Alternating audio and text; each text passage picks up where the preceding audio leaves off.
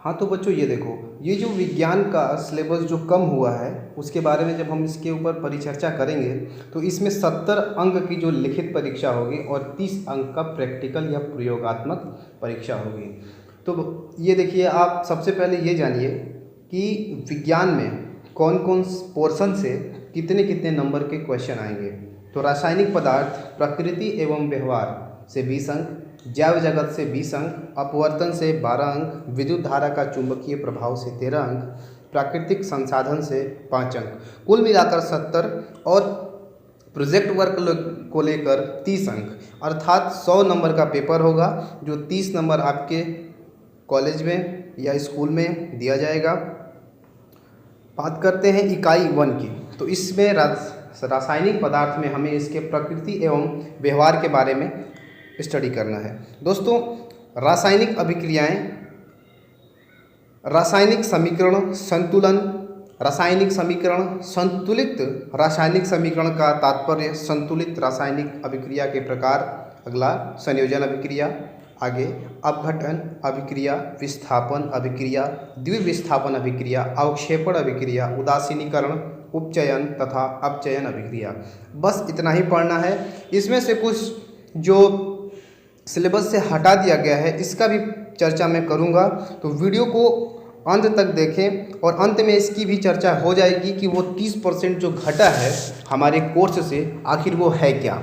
दोस्तों, ये जो मैं बता रहा हूँ ये सिर्फ आपको पढ़ना है कि अम्ल, क्षार तथा लवण क्या होता है। ठीक है, तो अम्ल, क्षार तथा लवण ये है हमारे सिलेबस में। आगे इसमें क्या है, हाइड्रोजन और H+ है, OH पे ऋणात्मक आयन के आधार पर अम्ल, क्षार तथा लवण की परिभाषाएं, सामान्य गुणधर्म, उदाहरण तथा उपयोग, pH पैमाना की अवधारणा, दैनिक जीवन में pH का महत्व, सोडियम हाइड्रोक्साइड क्या होता है, विरंजक चूर्ण, baking soda, Dhawan soda, plaster of Paris के निर्माण की विधि तथा उपयोग। उसके बाद हम लोग सिलेबस में धातु एवं अधातु है। आप लोग अपने बुक को टिक कर लीजिए या फिर इसको कहीं नोट डाउन करिए, ताकि इसके साथ आप अपनी बोर्ड की तैयारी को करते रहेंगे।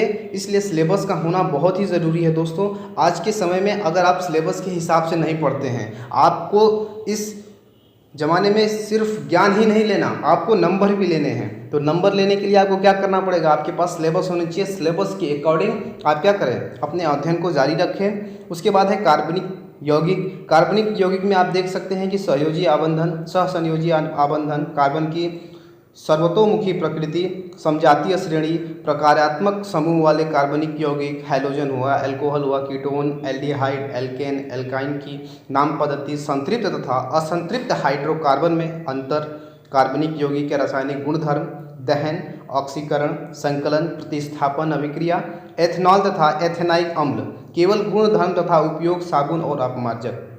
तत्वों का आवर्त वर्गीकरण में देखेंगे तो वर्गीकरण की आवश्यकता क्या है, मेंडेलीव की आवर्त सारणी, आधुनिक आवर्त सारणी, गुणों में उन्नयन तथा संयोजकता, परमाणु क्रमांक, धात्विक तथा अधात्विक गुणधर्म आपको पढ़ने हैं। दोस्तों, इकाई नंबर 2 इसका है जैव जगत, 20 अंक के हैं। आप सब अब समझदार हो चुके हैं किस तरह से पढ़ना है। आप सभी भी जानते हैं कि जैव प्रक्रम क्या है। जैव प्रक्रम में आप देखेंगे ये जो हमारे हाई स्कूल में या 10th के बोर्ड में जो सिलेबस में है, जो 70% आपको पढ़ना है, मैं उसी की अभी चर्चा कर रहा हूँ। और ये विषय विज्ञान है। इसमें जैव प्रक्रम में आपको सजीव, पौधों तथा जंतुओं में पोषण, श्वसन, परिवहन तथा उत्सर्जन की मूलभूत अवधारणा, प्रजनन, आनुवंशिकता एवं जैव विकास, प्राकृतिक घटनाएं, इसमें जो निर्देशित किया गया है उसको आप महत्वपूर्ण रूप से पढ़ें, ध्यान देकर पढ़ें, क्योंकि सिलेबस में तो आना इन्हीं को है एग्ज़ाम में। अगर आपको ज्ञान को पढ़ना है तो वो जो 30% है उसको भी पढ़ना ज़रूरी है, क्योंकि आप आगे की क्लासेस में उसका महत्वपूर्ण यूज़ जो है देख सकते हैं। दोस्तों, अपवर्तन है, फिर उसके बाद विद्युत का प्रभाव है। आप देख सकते हैं इसमें क्या क्या है, आप इसको नोट डाउन करते चलें। वीडियो को पॉज करके आप इसको लिख लें या अपनी नोटबुक में या फिर अपने बुक में इसको कहीं आप नोट कर लें, टिक कर लें। किसी भी तरह आपके पास ये सिलेबस का होना ज़रूरी है। देखिए, विद्युत का प्रभाव जो है इकाई नंबर 4, इससे आते हैं आपको पूरा मिला के 12 अंक आता है। अगला है विद्युत धारा का चुंबकीय प्रभाव, 13 अंक इन पोर्शन से आते हैं। 5 अंक आता है प्राकृतिक संसाधन से, जैसे ऊर्जा के स्रोत हुए, हमारा पर्यावरण कैसा है, प्राकृतिक संसाधनों का प्रबंधन। हो गया। इनमें क्या क्या निर्देशित किया गया, जैसे कि हमारे प्राकृतिक संसाधन में ऊर्जा के स्रोत, ऊर्जा के विभिन्न रूप, ऊर्जा के परंपरागत तथा गैर परंपरागत स्रोत, जीवाश्म ईंधन, सौर ऊर्जा, पवन, जल तथा ज्वारीय ऊर्जा, नाभिकीय ऊर्जा, नवीकरणीय तथा अनवीकरणीय ऊर्जा स्रोतों की तुलना। हमारा पर्यावरण, पर्यावरणीय समस्याएं, हमारे पर्यावरण में कौन कौन सी समस्याएं हैं, अपशिष्ट उत्पादन तथा निवारण, जैव निम्नीकरणीय तथा अजैव निम्नकरणीय पदार्थ। बच्चों, प्राकृतिक संसाधनों का जो प्रबंधन है, प्राकृतिक संसाधनों का संरक्षण तथा उचित उपयोग कैसे किया जाता है, वन को काटना चाहिए कि वन को नहीं काटना चाहिए, इसका क्या प्रभाव पड़ता है हमारे समाज में, हमारे वातावरण में, वन तथा वन्य जीव, कोयला तथा पेट्रोलियम का संरक्षण, वन प्रबंधन में लोगों की कितनी भागीदारी है, उनके क्या उदाहरण हैं, बांध की उपयोगिता क्या है, उसकी सीमा क्या है, जल संग्रहण क्या है, प्राकृतिक संसाधनों का संपोषण क्या है, आपको ये सब हमारे YouTube चैनल के माध्यम से पढ़ा दिया जाएगा। अब आप जान लीजिए कि प्रयोगात्मक परीक्षा का मूल्यांकन विद्यालय स्तर पर किस तरह होता है। तो इस पे आपको 3 प्रयोग दिए जाते हैं। 3 प्रयोग, सब एक प्रयोग 3 नंबर का होता है, यानी 3 क्वेश्चन के 9 अंक हुए। इसमें मौखिक कार्य होते हैं 3 अंक के, और सत्रीय कार्य जो होता है वो 3 अंक का होता है। तो कुल अंक 15 हो गया। उसी में आपको 15 और, मतलब कि कॉलेज और वो जो एग्जामिनर आएगा आपका वो प्रयोगात्मक लेने के लिए, कुल मिला के 30 अंक कॉलेज के माध्यम से आपको, उसमें से आप जितना अपना इंटरनल अच्छा मार्क्स ला सकते हैं वो, और 70 नंबर का जो रिटेन होता है ये। बाकी अब जो मैं बताऊंगा 30% जो सिलेबस कम हुआ है उसके बारे में थोड़ी सी चर्चा मैं करना चाहूँगा कि कोविड-19 महामारी के कारण शैक्षिक क्षेत्र में 2020-21 में विद्यालयों के समय से पठन पाठन का कार्य न होने पाने की स्थिति में सम्यक विचारों उपरांत विशेषज्ञों की समिति द्वारा निम्नवत 30% पाठ्यक्रम को कम किए जाने की अनुशंसा की गई है, जिसमें धातु एवं अधातु चैप्टर से आपका धातु तथा अधातु के गुणधर्म को ही निकाल दिया गया है। आयनिक यौगिकों का निर्माण तथा गुणधर्म भी निकाल दिया गया है। तो निश्चित रूप से आपको ज़्यादा लिखने में समय भी लगेगा, थोड़ी समस्या भी होगी, लेकिन मैं आपको निर्देश दे रहा हूं कि आप सभी सिर्फ जो सिलेबस 30% कम हुए हैं उनको अपने बुक में टिक कर लीजिए, ताकि आपको आसानी होगा। अगला है जंतुओं तथा पौधों में नियंत्रण एवं समन्वय। पौधों में दिशिक गति, पादप, हार्मोन का परिचय। जंतुओं में नियंत्रण एवं समन्वय, तंत्रिका तंत्र, ऐच्छिक पेशियां तथा अनैच्छिक पेशियां क्या होती है, ये प्रतिवर्ती क्रिया।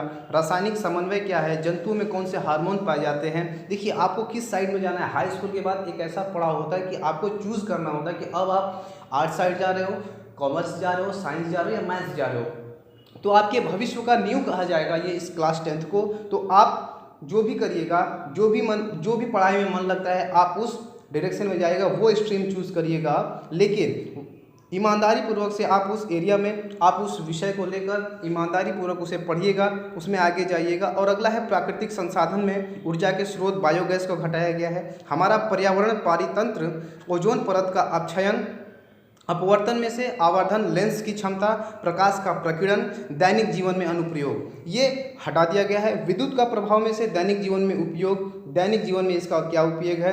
देखो भाई, इसको नहीं घटाना चाहिए था मेरे हिसाब से, क्योंकि दैनिक जीवन में हम क्या उपयोग कर रहे हैं ये हम आजकल ज़्यादा अच्छे तरीके से अध्ययन इसका कर सकते हैं। तो दोस्तों, विद्युत का जो प्रभाव है हमारे जीवन में, हमारे वातावरण में, हमारे आंखों के सामने जो कुछ भी वो उसका उपयोग है, ये हमें पढ़ना चाहिए। और निश्चित रूप से आप जब बोर्ड का एग्ज़ाम दे लीजिएगा, एग्जामिनेशन आपका हो जाएगा, तो इस 30% पोर्शन को खुद से किसी टीचर के माध्यम से या YouTube के माध्यम से पढ़ने का प्रयास करिएगा, है ना। अब विद्युत धारा का जो चुंबकीय प्रभाव है, दिष्ट धारा की तुलना में प्रत्यावर्ती धारा से लाभ क्या है, घरेलू विद्युत परिपथ क्या है, इन चीज़ों को हटा दिया गया है। और बाकी हमें जो पढ़ना है मैं उसका विश्लेषण और आपको बारे में बता चुका हूँ कि हमें पढ़ना क्या है, क्या नहीं पढ़ना है, दोनों हो चुका है। तो ये था विज्ञान का।